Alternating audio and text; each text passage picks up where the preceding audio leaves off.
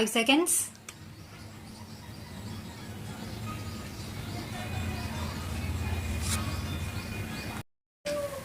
It was a great act of service to this country that Jawaharlal ji introduced planning in this country. But the planning that was introduced did not achieve what it had to achieve. Planning is good, but when it goes astray, it does more harm than good. I cannot say we have made no progress. We have made progress.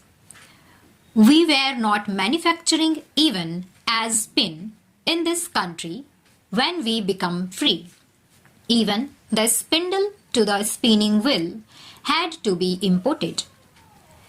That position has changed and we are producing not only steel, aluminium or all the materials of the railway or sugar machinery or electric machinery. We can even produce a steel mill now.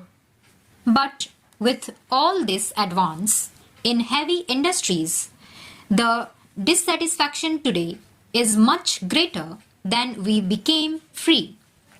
While prosperity in some sections has increased substantially or even perceptible when it is compared to the progress made by the affluent people, there is a great dissatisfaction because their expectation, which is not very high in my view, is not fulfilled. And this is where planning has not succeeded in creating conditions which would remove this dissatisfaction and create a feeling of not only satisfaction but an atmosphere of hope and courage so that we may face our problems with greater confidence and with greater efficiency. Heavy industries are necessary to some extent, especially in items like the railway materials or electric machinery or other machinery or steel or aluminium or metals or machines required for these purposes. Consumer goods, which are far more essential for the poor and not only for the very person in society, are uneconomic to produce in heavy industries. They can be more conveniently produced, more easily produced, and produced with much less capital per capita or per man employed in small and cottage industries than in the bigger industries. This is a controversial subject. In a heavy industry, to employ one man requires a capital of anything between rupees 25,000 and rupees 1,50,000, whereas for cottage industries, the investment per person employed would not exceed rupees 500. It may be less than that in many cases. And the employment problem in this country is a most serious problem because without removing unemployment, we can never bring in happiness for our people. Therefore, we must fight it on a war footing. All this requires full attention and a change in attitude to planning as regards priorities, also as regards methods.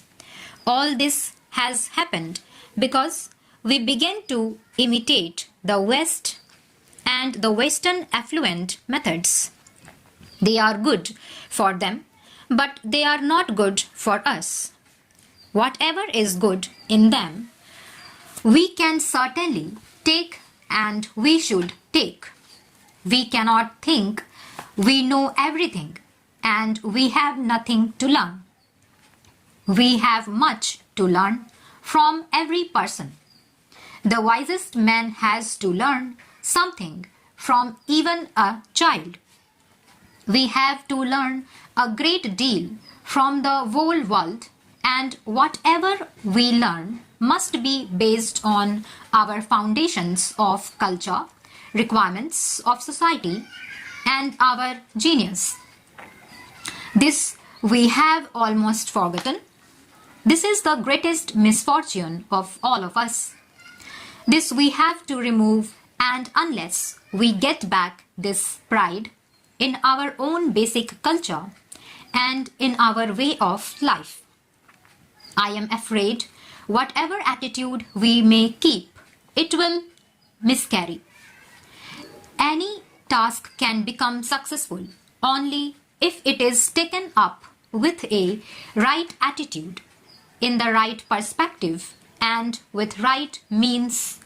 Efficiency can be defined as the skill with which you can perform a task with the least labor, with the least expenditure of money, and with maximum contentment of doing it and of producing right things. Now, if you examine any task with the background, I am quite sure there will be little scope for disagreement. Our planning is thought in terms of large expenditure of money because we thought more of heavy industries. We should have attended to it first. Of course, major irrigation works are necessary. As a matter of fact, I myself have something in view which perhaps requires an expenditure of about rupees 15,000 crores for making canals in the north and in the south, which will be horizontal, connecting them with vertical channels with all rivers, so that we have a waterway system which will even be cheaper than the railway system, and no dearth of water for any irrigation throughout the country. As a matter of fact, there was a scheme with the East India Company and the British government earlier, before the railways had been planned, and there was a scheme for improving the waterway system or having waterway system for transport and for irrigation. But they found that if that was taken up, they will have very little to import from England, and therefore they decided in favor of railways, where everything was imported from the Britain. Stop.